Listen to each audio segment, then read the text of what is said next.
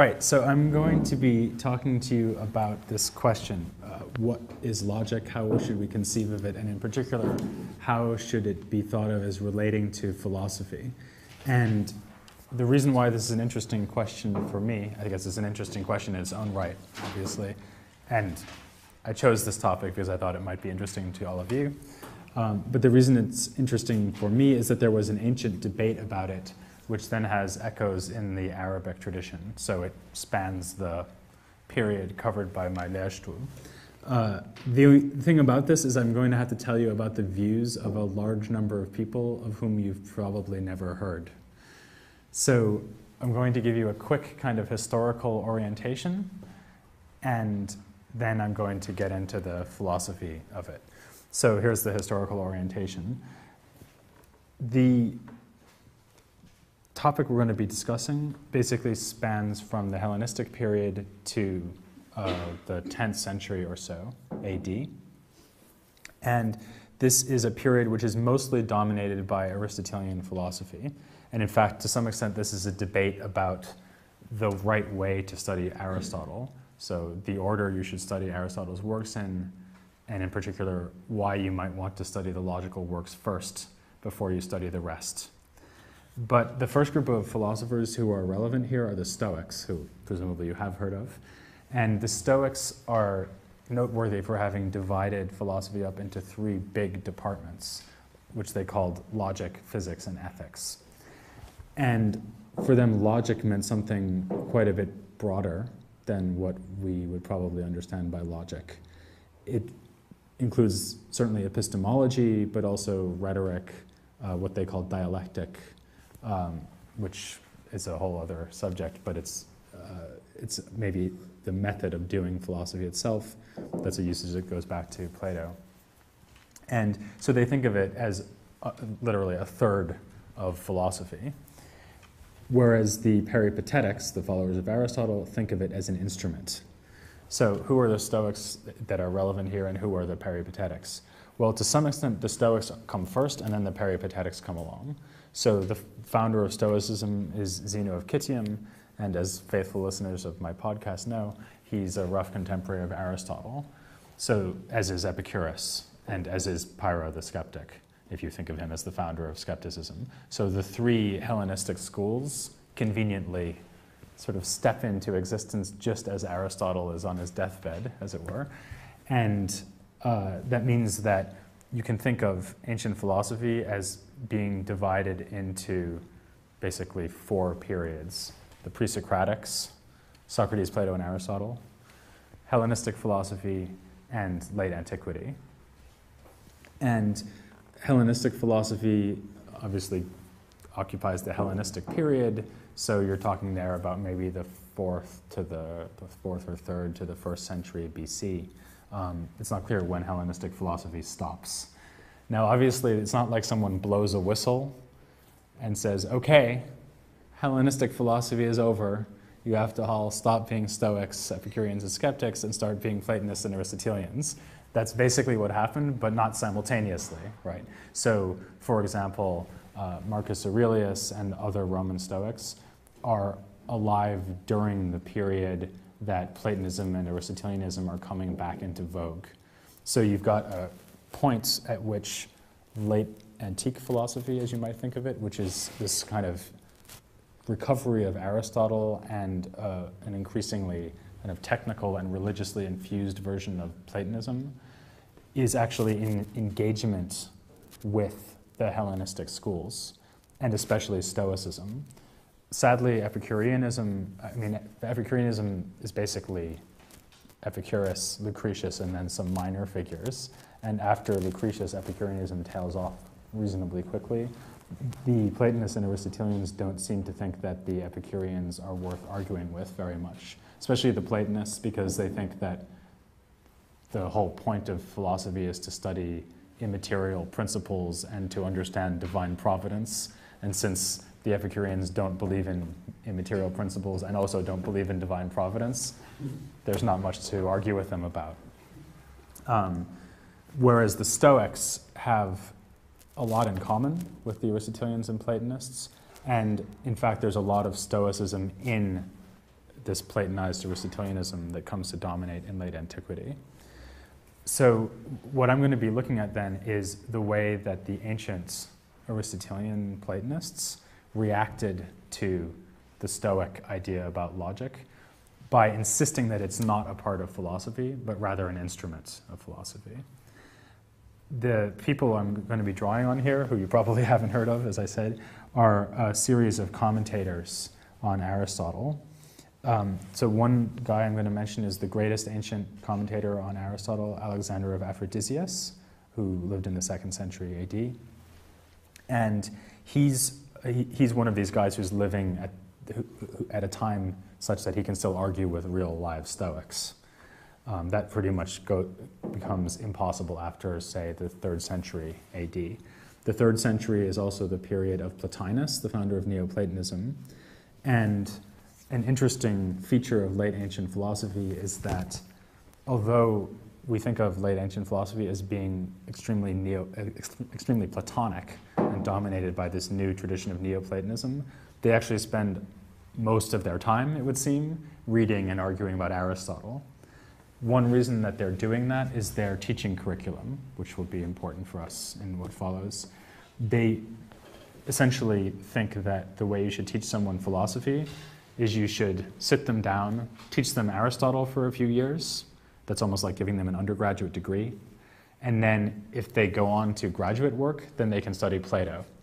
So Aristotle is sort of philosophy for introductory level philosophy, and Plato is advanced philosophy. This is in part just because they thought the topics covered by Aristotle were more introductory, so logic, as we'll be seeing, but also Aristotle has much more to say about the physical world. So they thought it would be appropriate for you to study physics with the Aristotelian text and then move on to theology, which is what they thought most of the, or at least some of the more important Platonic dialogues were about. So the result of that is that although Alexander was really a dyed-in-the-wool Aristotelian peripatetic, most of the commentaries from late antiquity are actually by Platonists, and they were written for teaching purposes. So they're the equivalent of, say, logic textbooks or philosophy textbooks. And just as the sort of surviving outputs of these ancient commentators consist mostly of commentaries on Aristotle, because Aristotle is first, so you need more stuff to teach it. So most of their commentaries on Aristotle, or at least a disproportionate amount of them, are about logic. So for example, we have much more in the way of commentaries on the categories and the rest of the organon than we do on, say, the metaphysics or the ethics. In fact, we don't have any commentary on the ethics after Aspasius, who's an early commentator around the time of Alexander. So their whole perception of what's worth reading and what order you should read it in, both of philosophy in general and Aristotle in particular, is rather different from ours. So then moving forward, oh, sorry, I should mention that some of the people I'm going to be mentioning come from this school of commentators who were in Alexandria in Egypt, so around the 5th, 6th century, that was led by a man named Ammonius. And something that's noteworthy about that school is that they seem to have worked out a kind of accommodation with the Christians. There's a lot to say about this, but to make a long story short, it looks like Ammonius probably agreed not to put forward any teachings that were actively hostile to Christianity. And in return for that, they didn't chase him out of town, which is what they did to the Platonists in Athens. And in fact, Ammonius was so Christian-friendly that he was friendly with real-life Christians and had Christian students, among whom are two people called David and Elias, who are commentators of the Alexandrian school. So I think those are the 4 commentators I'm going to be mentioning: Ammonius, Elias, David, and Alexander, who's earlier. But they're all defending what they take to be Aristotle's position about the nature of logic. So then moving forward to the Arabic tradition, Arabic philosophy in the Islamic world, basically gets going in the 9th century when, for complicated reasons that I won't go into now, they translate Aristotle and other works of Greek science and philosophy into Arabic. And an interesting feature of this translation movement is that it seems to have been very strongly influenced by the late ancient conception of philosophy. So they, for one thing, translate all of Aristotle and none of Plato. They do have some kind of paraphrased summary versions of Plato, but there isn't a single, as far as we know, there wasn't a single dialogue by Plato that was actually translated in dialogue form in Arabic. Whereas there's nothing by Aristotle they didn't translate. And one reason for that might be that they looked at this huge corpus of philosophy from late antiquity, which ironically was by a bunch of Platonists, right? And they thought, oh, well, clearly what we should be doing is studying Aristotle, because that's what they did. So Aristotle comes to be more or less synonymous with Greek philosophy, except that they do also translate some original works by Neoplatonists, but I won't get into that. And the other thing about the Arabic translation movement is that they don't translate any Hellenistic philosophy. So actually, if you think about Hellenistic philosophy, none of the sources that we use, or almost none of the sources that we use to get access to the early Stoics and Epicurus and so on, none of these were translated into Arabic. So Diogenes Laertius wasn't translated into Arabic. Cicero obviously wasn't translated into Arabic because there was no Latin Arabic translation movement, and so on. So they basically don't know anything about the Stoics and Epicureans and skeptics, except when they read passages in these Greek commentators on Aristotle, where the commentators are criticizing the Stoics. So, I mean, there is an expression in Arabic, which is like the people of the porch, which means the Stoics. But they really don't have any independent access to works by Stoics. So naturally enough, they're going to be repeating and defending the Aristotelian position on philosophy. The Arabic philosophers I'm going to be mentioning are Al-Kindi, aforementioned, who I've done a lot of work on, and he's the first Arabic philosopher, the first philosopher to write in Arabic. He's 9th century, he died around 870 or a little after that. And you can think about him as a kind of, I always say that he's a sort of public relations man for Greek philosophy. So he's trying to convince everyone that this Greek philosophy and science stuff is really great. And he loves all of it, and he thinks all of it agrees with the rest of it. So he's really interested in mathematics, he's interested in Euclid and Ptolemy and astrology and astronomy, and woo! He's really excited about Greek philosophy, including Aristotle and the Neoplatonists. So I'll be mentioning him briefly, but then the people we're mostly going to be talking about are a couple of generations later in the 10th century. And here the most famous figure is Al-Farabi. Have you all heard of Al-Farabi? I don't want to admit that you haven't. Okay. So, oh good, you did. Excellent. So Al-Farabi is the most famous member of this school. He's also distinctive as being really the only significant member of the group who was a Muslim. The rest of them were actually Christians. And it turns out that a distinctive feature of early Arabic philosophy is the involvement of Christians. Christians were often the translators who translate from Greek into Arabic, and sometimes the translators are also philosophers in their own right. So that's true of a couple of people I'm going to be mentioning. One is named Abu Bishr Mata, whose name is towards the top of the second page of the handout. And another is Yahya ibn Adi, who's also mentioned on the second page. These were both translators and philosophers in their own right. Other members of the school who I'll be mentioning come along in their train. And interestingly, these philosophers seem to have been looking back to the school of Alexandria, the Ammonius school, and thinking, oh, that's how you do philosophy. What you do is you sit around reading Aristotle, writing commentaries on him. And so they recreated this in Baghdad in the 10th century. So they would, I mean, we don't really have very much in the way of details about how they actually proceeded, but we do have, for example, a commentary on the physics where there's literally an Arabic translation of the physics in pieces, and then a translation of Greek commentaries on that passage, and then comments by the Arabic philosophers who are living in Baghdad as if, you know, it was just last week that they were reading Aristotle in Alexandria. It's really fascinating. Okay, so that's our cast of characters. Does anyone have any questions about that for clarification before I move on? So just to make sure you're not lost. I mean, I know you would have a lot of questions about that, but you probably want to hear about the philosophy. Yes, okay. So, what's the philosophical issue? Well, it's basically it's basically an issue about how you should conceive logic relative to the rest of philosophy. And as I've already said, the Stoics thought that logic was just part of philosophy, and that without studying logic, you couldn't understand knowledge, and that this would have intimate relationships with the other parts of their philosophy. So, for example, the Stoics famously believed that what it means to be a virtuous person or a sage is that you never make any mistakes cognitively. So they think that our souls are thoroughly rational. So when we act badly, it's always because we have some false belief.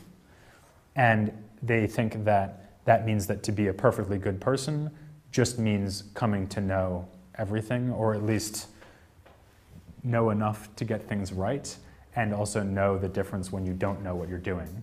So they talk a lot about suspending judgment in situations where you're not sure. And so that's why logic in this broader sense for them, which includes epistemology, has intimate relationship with ethics.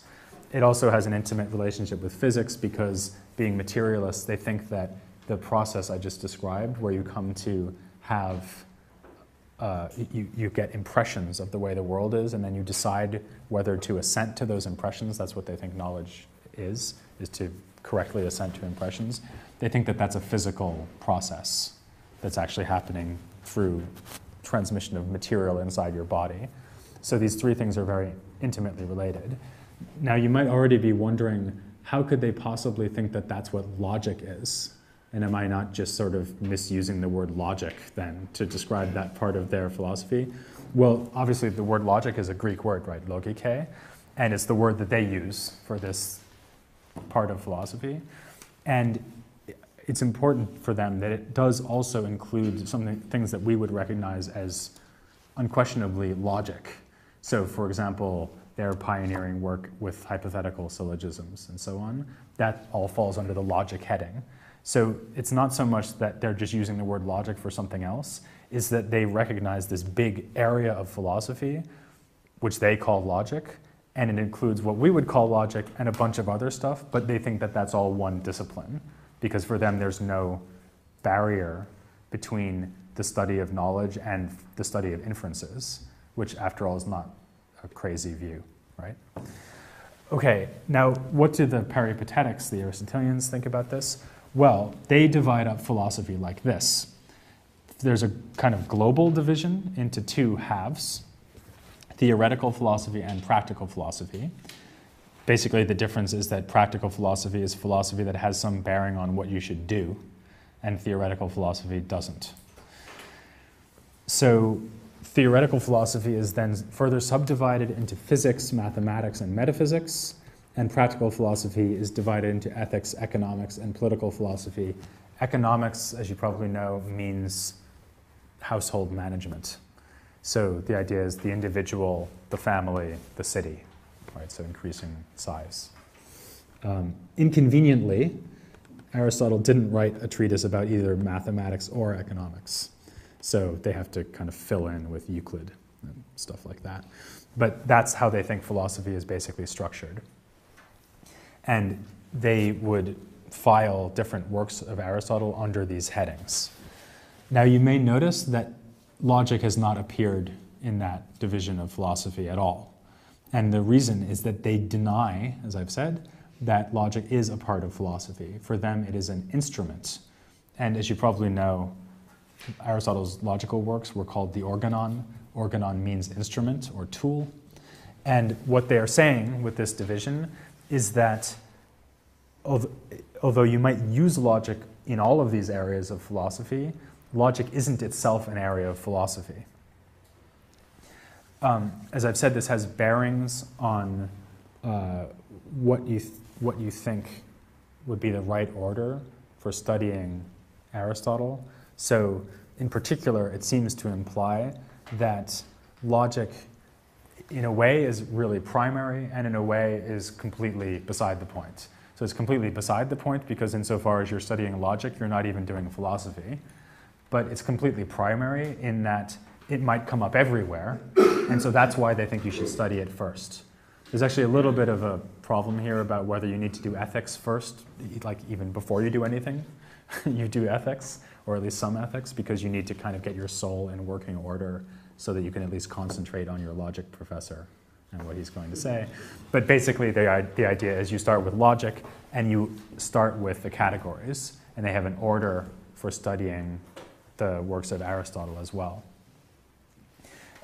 There's some kind of methodological issues that arise here. So one of them is that means that they weirdly think that some things that are covered in the organon that we would now think of as not logic are merely instrumental for philosophy. So for a good example would be the posterior analytics, which is Aristotle's work on demonstration, sometimes considered to be his most important work on epistemology, or his work on philosophy of science. They think that this is not part of philosophy, and their reason for that seems to be, well, it's part of the organon, so it can't be part of philosophy, which means that they wind up having, unlike the Stoics, the view that epistemology is no longer part of philosophy, unless you think that epistemology only happens in like Aristotle's work on the soul. So there's a kind of difficult problem for them in that in their zeal to make what happens in the prior analytics, which is all about, which inferences are valid, so logic in our sense, in their zeal to make that a mere instrument of philosophy, they wind up saying the entire organon is not part of philosophy, even though it includes some things that we would certainly want to recognize, or that anyone would want to recognize as philosophy, you would have thought. The same thing goes even for the categories, which seems to have a variety of metaphysical implications. Right, so what can they say to convince us that logic is an instrument and not a part of philosophy? Well, one thing is that this impacts upon is obviously their conception of what logic is. And for them, as I've already said, at the kind of core of logic is the sort of thing that goes on in the prior analytics. What goes on in the prior analytics is basically a survey of the different ways of, I'm sure you all know this, but it's basically a survey of the different ways of combining propositions of certain forms, like some A is B, or all A is B, or no A is B. And what Aristotle does is he just puts these together in various ways, and he says, this syllogism doesn't produce any conclusion, this syllogism does produce a conclusion, here's what it produces, and so on, right? Then he also goes on and and by the way, most historians of logic think this is really awesome, this part of the prior analytics, that it's really good. Historians of logic, I think, tend to be less impressed by what he does next, which is apply modal notions to these very same syllogisms, so people have complaints about that.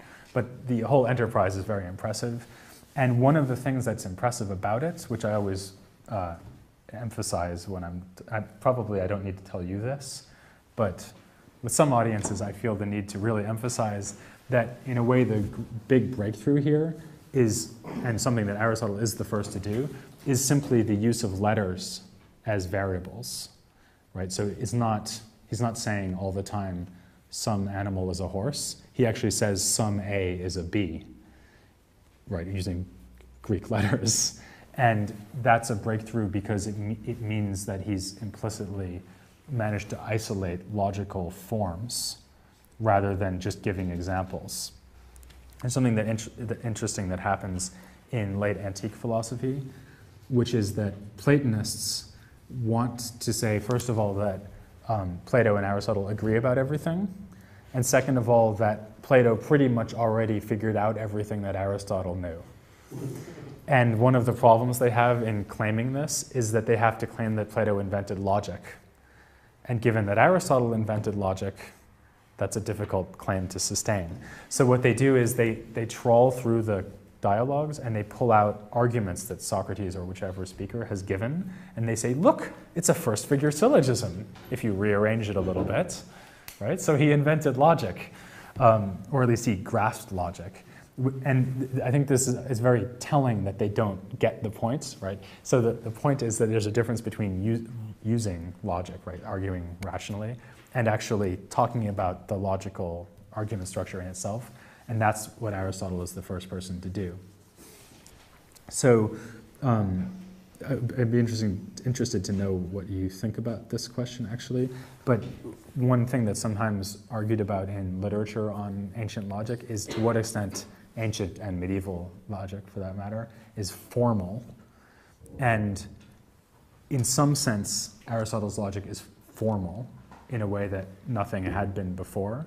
So at least in the following sense, that it isolates logical forms, which were even in the tradition called forms or shapes, schemata.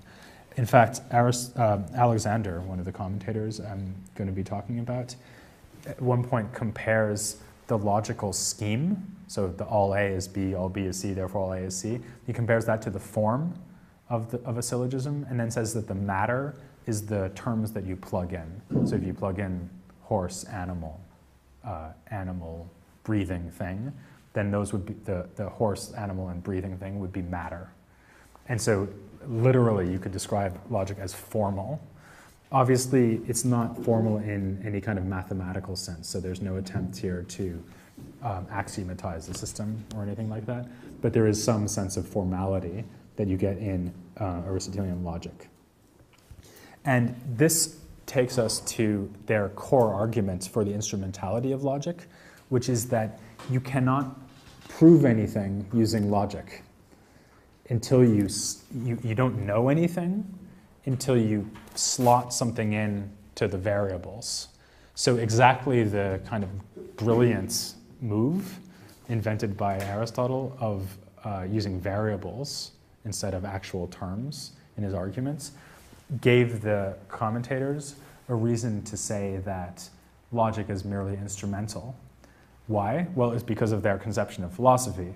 Their conception of philosophy, as you can see from their division into theoretical and practical, is to achieve knowledge, either in its own right or with the end of being a better person. So if we look at a statement by Elias, which is here on the handout, he says, philosophy uses logic to show in the theoretical domain what is true and what is false, and in the practical domain what is good and what is bad. And that makes logic look very kind of big, right? So it's, you can figure out truth, falsehood, good and bad, excellence, right? So giving logic a very big role. But it's important that he says that philosophy is using logic. It's not logic that does that. It's just the instrument by which you do it. And I think a nice sign of how serious they are about something not counting as philosophy or even as logic, if it doesn't help you achieve achieve knowledge of truth, falsehood, good and evil, is another dispute they had with the Stoics. So the Stoics were very good about validity.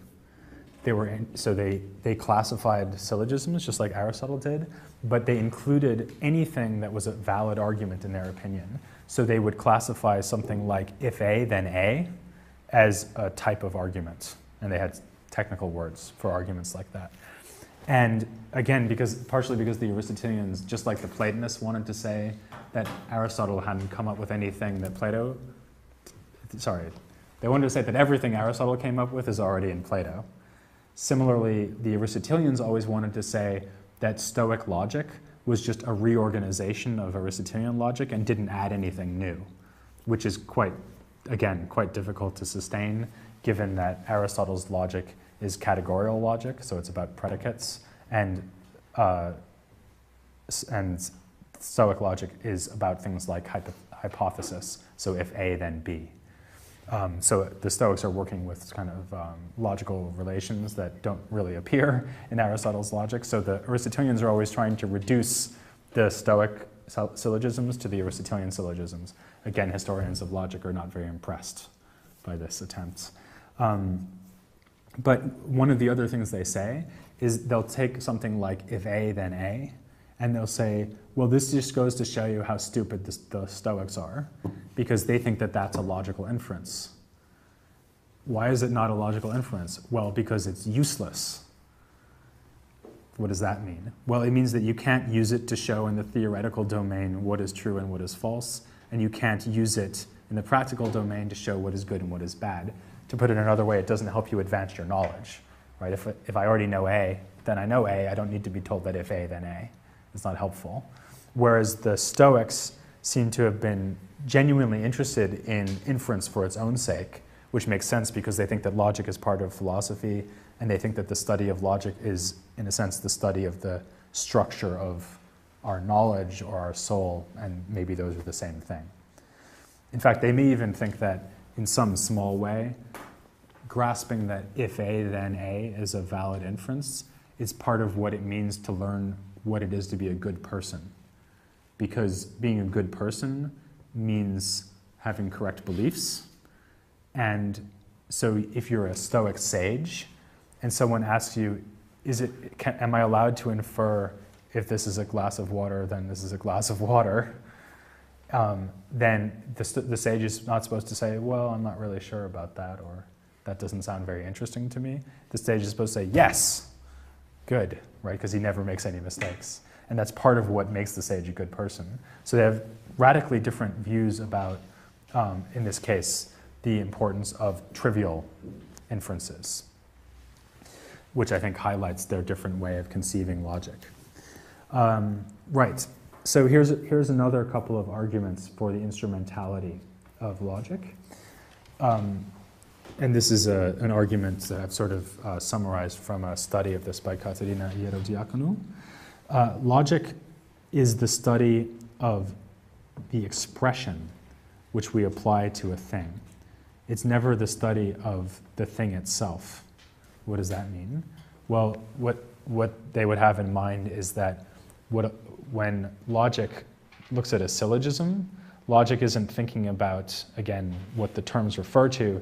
It's just thinking about whether the things have been lined up in the right way to give you a productive syllogism. But that means that it's not part of philosophy. Why? Well, because every part of philosophy has a distinctive range of objects that it studies. So if you look back up at the theoretical philosophy division, physics, mathematics, metaphysics, the way that they explain the difference between these three disciplines is that physics studies things that are subject to motion and rest. Metaphysics studies things that are free of bodies. And mathematics studies things that are immaterial but connected to bodies, like shapes and number.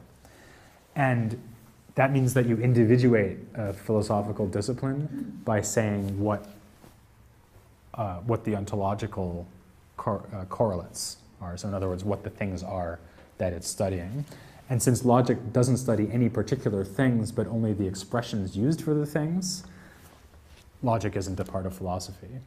Notice, by the way, that way of putting the arguments actually helps them get more of the organon in to the study of logic, because although I've been talking so far as if Aristotelian logic is nothing but syllogistic, there's also the categories and on interpretation, which are about single terms, how many different kinds of terms there are, and about single propositions. And by saying, oh yeah, well, logic studies expressions and their combination, they're able to include both the categories and on interpretation into the organon.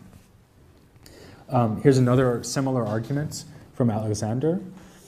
Logic well, in general, he wants to say that every discipline, even non-philosophical disciplines like, say, carpentry, are distinguished by having a subject matter and a goal. So the subject matter, the hypokaimenon, of carpentry, for example, would be wood, and the goal would be producing furniture, right? So if you're working on wood trying to produce furniture, then you're a carpenter. If you're working on statements and propositions, as he says, and your goal is to prove that when propositions are compounded with one another in certain ways, something may be deduced by necessity from what is posited or conceded, then you're a logician. And that's just not what the subject matter and goal of philosophy are. So the goal of philosophy is ultimately to be virtuous and to know everything. and this doesn't count for the reasons already given. Now, briefly, before I get on to the Arabic tradition, I should mention that the commentators do run into a bit of trouble here, because remember that they're also Platonists. I mean, Alexander is not a Platonist, but the rest of them are Platonists. And they think that dialectic counts as part of logic, and then they read Plato, and they see Plato using the word dialectic for what looks like is the highest kind of philosophy you can do. So, you know, like the divided line and that junk in the middle of the Republic, way back when you were undergraduates? No? The sun, the cave, yes? Okay, and remember there's this divided line, and there's the cave? Yeah, anyway. So when he's talking about what the philosopher does sort of at the height of the philosopher's achievement, he says that what the philosopher is doing there is dialektike, and he uses the same word in the Sophist for the study of the forms, which means that they're in the awkward position of saying, logic isn't part of philosophy. Dialectic, of course, is part of logic. We all know that. Oh, and dialectic is the most important part of philosophy. So Ammonius has a brilliant way of getting out of this, and he exploits this formal nature of logic again. So he says that if you're only dealing with the schemata, as he calls them, the shapes or forms, with this all A is B, all B is C thing, so with the variables, then logic is only an instrument. But when you fill the gaps in with actual terms and get productive syllogisms, then that's part of philosophy. So it's both an instrument and a part, depending on whether the variables have been filled out.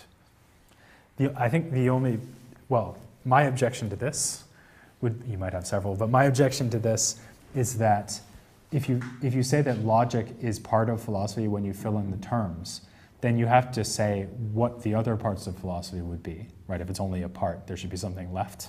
And it seems to me that logic filled in with terms is just philosophy on this conception, right? Because it's all the syllogisms filled in with whatever you might study, whether it's about ethics or politics or metaphysics, anything. It looks like logic on this view will just be identical with philosophy. And in fact, that kind of gives us a nice bridge to what happens in the Arabic tradition. Because in a way you can see that the peripatetic Platonists are torn between two possible views. So one view is logic is merely formal, in the sense I've been using, which means that it's not part of philosophy. It's only an instrument. The other possible view that Ammonius is articulating is that logic sort of gets so greedy that it eats up all of philosophy and there's nothing left, right? Philosophy becomes identical with logic. If you look back at the quote from Elias, philosophy uses logic to show in the theoretical domain what is true and what is false, and in the practical domain what is good and what is bad. If you're not attentive to the fact that logic is being used to accomplish these things as opposed to accomplishing these things itself, then you'll wind up identifying philosophy with logic, right? And as we'll see, that's exactly what happens in the Arabic tradition for reasons I'll go on to explain. So first, briefly, Kindi. Kindi wrote a book with the enticing title On the Quantity of Aristotle's Books, in which I always think you should open it and it should say 30. But it doesn't. You open it and it gives you a summary of what each book is about. He says some other things too. But at the very beginning, he gives his version of this Alexandrian scheme of how to divide up philosophy. And he says, Aristotle's books have an order and arrangement which the student must follow when perusing them one after the other, so that he may thereby become a philosopher. After the propaedeutics, which is maybe sort of baby ethics, and maybe some other things, maybe mathematics of some kind. He says there are 4 kinds of books, not of parts of philosophy, notice. The first of the 4 is logic, the second is physics, the third deals with what has no need for nature, subsists in itself, and does not require bodies. It exists together with bodies and is connected to them in some way. The fourth deals with what does not require bodies and is completely unconnected to them. So the third kind that he goes on about the longest there is probably mathematics, or it might be psychology. So in other places he identifies both of those as the middle middle-ranking kind of philosophy. And notice that he doesn't make any attempt here to say what logic is, how logic is related to the rest of philosophy. He does know you're supposed to study it first, but he doesn't seem to be aware yet of this, is logic an instrument or a part issue. Maybe because he's not as familiar with the literature, it's only just being translated as he's writing. And in fact, you can tell from On the Quantity of Aristotle's books itself that some of the books he's describing are books he hasn't read, either because he misdescribes their contents or because he just, so my favorite example is Aristotle wrote something called On Length and Shortness of Life. And Al-Kindi says, his book On Length and Shortness of Life is about length and shortness of life. And then he just moves on. I quite like that. So, I mean, obviously he hasn't read it, right? It's because it hasn't been translated yet. So he's just telling you it exists. By contrast, once we get to the so-called Baghdad school, these Aristotelian philosophers in Baghdad in the 10th century, we have full and explicit and eager agreement with the Alexandrian commentator view that logic is only an instrument of philosophy. So, for example, Ibn Tayyib, who's the last significant member of the school, who actually lives already in the late 11th century. He's a bit later than the others. But they have a problem that the Greek commentators don't have. So if you think about the Greek commentators' situation, they're professional logicians, right? But their opponents are the Stoics. And what they don't like about the Stoics is that they have this very inflated view of logic, where logic becomes a full third of philosophy and starts to take in a lot of areas that they don't think are covered in the Organon. So what do they do? Well, they kind of minimize the purposes of logic to domesticate it and explain why the Organon doesn't do more than you think it should, right? Because the Stoics were always complaining that the Organon was sort of inadequate in various ways, that there were some things it didn't do that Stoic logic did, and part of the answer was right, because we think that logic's only an instrument of philosophy, not a part of it. By contrast, the Arabic Aristotelians are professional logicians who are arguing against people who think that logic is completely useless. And in particular, they're arguing with grammarians and other defenders of native Arabic disciplines, like the grammarian As-Sirafi. So there's a famous event, well, famous in some new use of the word famous, which is consistent with none of you ever having heard of it. So there's a, to me, famous event from this group of people between the founder of the Baghdad school, Abu Bishr Mata, who was a Christian, like most of the other members, and a grammarian named As-Sirafi. And they got into a public debate at the court of a vizier, at which Sirafi was essentially arguing that logic is useless because anything you can do with logic can be done with Arabic grammar, but less pretentiously. So what he keeps saying is that if you want to know, what you should want to know is whether anything that you say has been said correctly. And as long as you're speaking Arabic, the test of that is whether it's been said in proper Arabic. And the person who knows what proper Arabic is the Arabic grammarian, namely himself.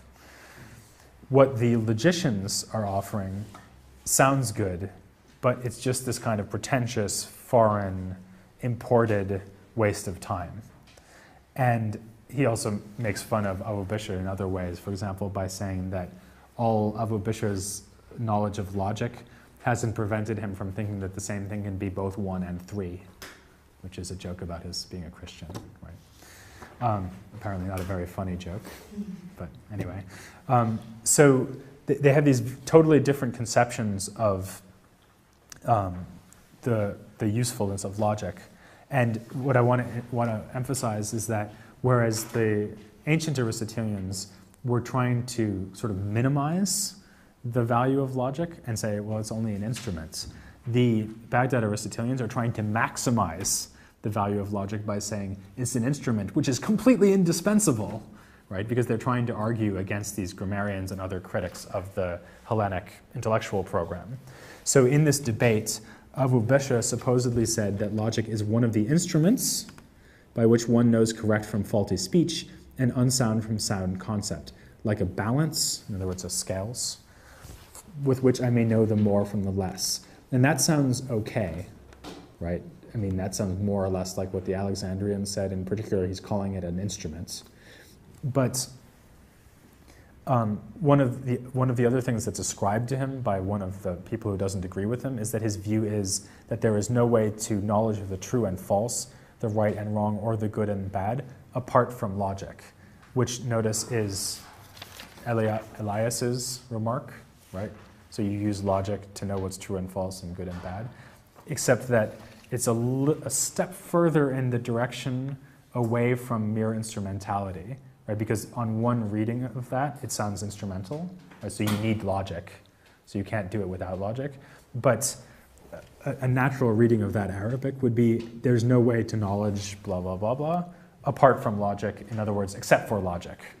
So logic is the way to do it. And in fact, this becomes more and more predominant in the Baghdad school. You find them saying essentially what Ammonius had said about filled-in logic. In other words, that logic is the same thing as philosophy. So a relatively obscure, even obscure for this group, he's obscure. Ibn Zura says in a short work on logic, "It is clear and obvious to anyone who knows about logic or follows what its adherents have said that logic is an art whose goal comprises the sorting out of true from false in speech and the discrimination of good from evil in action." So you might think, boring, I've just heard that 2 times already. But notice that now the instrumentality has completely dropped out, right? So its goal is just to do this. And maybe if you pressed him, you would say, you mean that its goal is to help philosophy do that, right? And he would say, oh yes, of course, it's only an instrument. But in fact, what he's said makes it sound like logic just does everything that philosophy was supposed to do. Right, so one of the things that happened because of this, by the way, I should have said that the debate between Abu Bishr and as-Sirafi was a huge disaster for Abu Bishr. So he was completely demolished. Our version of the text seems to come as a report from as-Sirafi's adherents. So they tell us that as-Sirafi won, but apparently that is what happened because it stung the Aristotelian philosophers into responding by writing works in which they explain why logic is more important than grammar.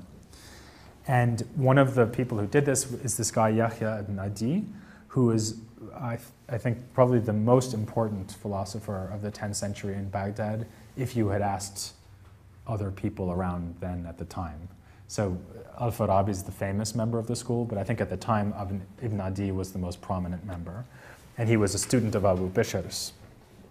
So he wrote a work on this where he echoes the argument given by Alexander about subject matter and goal on page 1. And he says that logic's subject matter is expressions insofar as they refer to universal things, and logic is the art which is concerned with expressions which refer to universal things for the sake of composing those expressions in a way that agrees with the things to which they refer. And again, notice that that makes logic sound pretty close to just philosophy, right? So logic studies universal concepts, shows you how to arrange the concept in order that you will arrange the concepts together in order to have knowledge of the things to which they refer. It doesn't sound like much is being left out for the rest of philosophy to do. So one way of summarizing this view that seems to be threatening to come in here is that logic would be a sufficient condition for philosophical wisdom, whereas what it was supposed to be in the ancient tradition was a necessary condition. In other words, a mere instrument. Okay, now I want to turn to, I think, a new stage in the debate, which we find in Al-Farabi and also Ibn Adi when he's being more careful. And I believe this is a position that's not found, at least not explicitly, in the ancient tradition. So Al-Farabi, in one of the works where he's talking about logic, says this: Among the objects of the intellect, there are some things about which the intellect cannot err at all. These are the things man perceives by himself, as if he were naturally endowed with knowledge of them and certainty regarding them. For example, that the whole is greater than the part, and that every three is an odd number. So these are first principles, right? Or obvious necessary truths. About other things it is possible to err and to deviate from truth to untruth. These are the things which are such as to be grasped with ratiocination and consideration by argument and proof. So regarding these, but not regarding the things known immediately, the man who seeks to arrive at certain truth about what he is inquiring into needs the canons or rules of logic. What is he saying? He's saying there's two kinds of knowledge. There's immediate knowledge, first principles, like maybe the principle of non-contradiction, every three is an odd number, things you don't need to argue for. And then there are the things you do need to argue for, and when you need to argue for something, you need logic. This is quite reasonable, right? But although it may seem obvious, it actually specifies the sense in which logic might be an instrument in a much sharper way than we've seen so far. Because what he's basically saying is that logic is a specific kind of tool. It's the kind of tool that extends knowledge or helps you build knowledge, almost the way that you can build a house if you have a hammer, if someone gives you some wood and some nails. And the wood and the nails are like the first principle, and the hammer is like logic. So it's a tool in a very strict sense. There's a text by Ibn Adi where he explains this in much greater depth, more depth than I can actually quote explicitly on the handout, so I've sort of summarized it for you. So what he says is that whatever is known either with no need for proof because it is self-evident, or known by means of proof. So these are Farabi's two categories of things known. Things known without proof are either sensible forms or immaterial, in which case they're grasped directly by the intellect. So that's important because it means that whether you're doing physics or other kinds of natural philosophy, or whether you're doing metaphysics or mathematics, dealing with immaterial things, there will be some first principles, some things you can immediately grasp without arguments. And then he says of the latter, there are simple things known by stipulation and definition, so you can just say, here's what I mean by such and such a term. And there are some things that are immediate premises, and these would be things like Farabi's example, every three is an odd number, the whole is greater than the part. As for that which is known by proof, knowledge is obtained by resorting to logic from a knowledge of things other than it, with a need for prior antecedent knowledge in making it known. This type of knowledge acquisition is called proof, argument, and demonstration. So just to give an example of how this would work, although I guess it's probably clear by now, suppose that I have just immediate knowledge that man is animal, because it's part of the definition of man. So I don't need to argue that man is an animal. It's just a first principle. And let's suppose that I have a further piece of first principle type knowledge, which is that every animal is mortal. Well, now that's as far as I can get, unless I have logic. Because if I have logic, then I come along with my little scheme, and I say, oh, these two propositions that I know with certainty immediately and without an argument fit this scheme perfectly, right? Because there's a middle term, namely animal. I slot them in, and I get every man is mortal, because I know that all A is B and all B is C. So it's the scheme that allows me to combine first principles in order to generate new knowledge. And he explicitly connects this to the instrumental status of logic in this passage. The good obtained through logic and apprehended by the intermediary of logic is beyond any parallel, since this good is complete happiness. There is no happiness more complete for theory than belief in the truth, and it is through logic that this is apprehended. And in action, no happiness more complete than acquiring the good, without which it cannot be possessed. So that's basically the fifth version of this motto we've seen. Right? So the motto is, logic is used to get truth and falsehood and on the theoretical side of philosophy, and discern good and evil on the practical side. But what he's added here is the idea that logic is this sort of intermediary. It's a bridge from first principles to conclusions, it doesn't give you anything by itself, but when it's combined with the first principles, it gives you all of philosophy, right?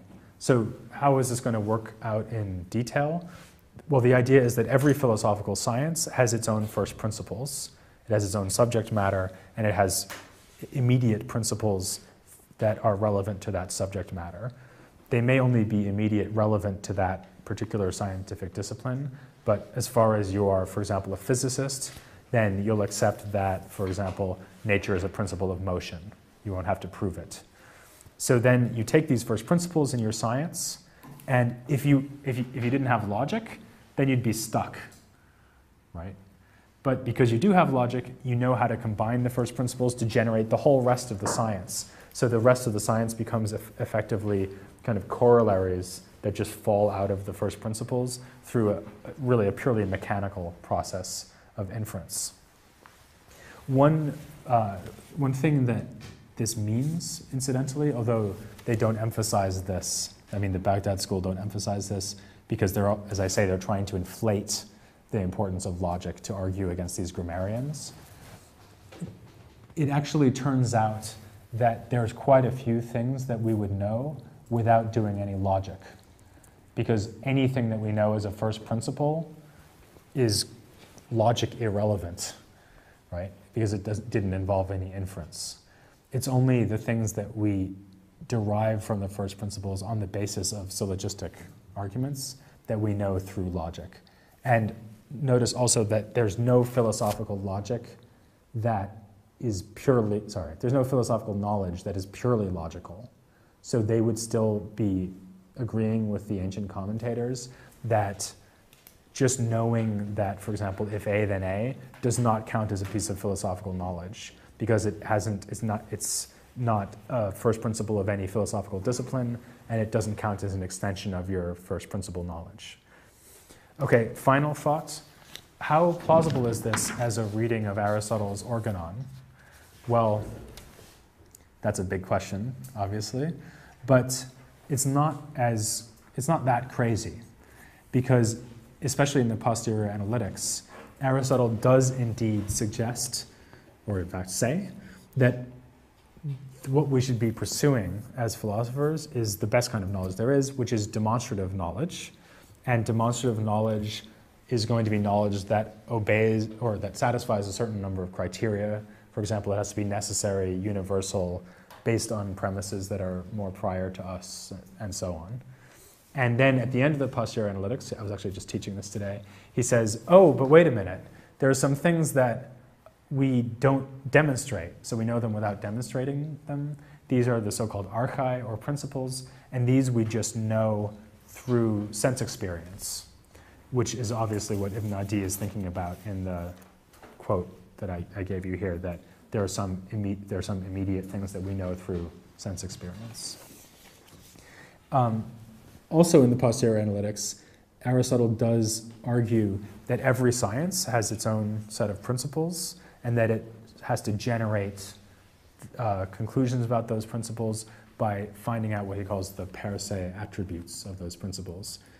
So the thought here is that not everything we know about, say, giraffes is going to be part of the definition of giraffes, but every essential feature of giraffes will somehow be such that it can be sort of extracted or shown from the essence or definition of giraffe. And if you ask yourself, how are we supposed to do that? The answer is using logic. So actually, this is not only a pretty good way of showing why exactly logic is instrumental, but it's a reasonably good attempt to capture what Aristotle's doing in the Organon, or at least in the posterior analytics. There's a sense in which it doesn't do such a good job because it doesn't leave out necessarily all of the substantive philosophical claims made anywhere in the Organon. So, for example, when Aristotle argues in chapter 9 of On Interpretation, you probably all know this text, the sea battle text, right, about future contingents, when he gets into this thing about, well, do truths about the future make those things necessary? And he says no. That sounds like a substantive philosophical claim, right? So it can't possibly belong in logic. So what is it doing here in the organon? The interesting thing about that is that Al-Farabi, who, remember, is the inventor of this theory, when he's commenting on that chapter on interpretation, he says, a lot of people think that the point of this chapter is to prove that there is such a thing as contingency, so that there could be free will. But of course, that's not what he's doing, because this is logic. What he's doing is he's assuming that, because everyone knows that it's true, in order to show that the principle of bivalence holds. And it's only about the principle of bivalence. It's only about inference rules. It's not about contingency. Or if it's about contingency, the direction of argument is from a well-known fact about contingency to the principle of bivalence, not the other way around, which is what most people think is going on. So he actually obeys his own reading of the organon, which is always satisfying. Okay, I'll stop. Thanks.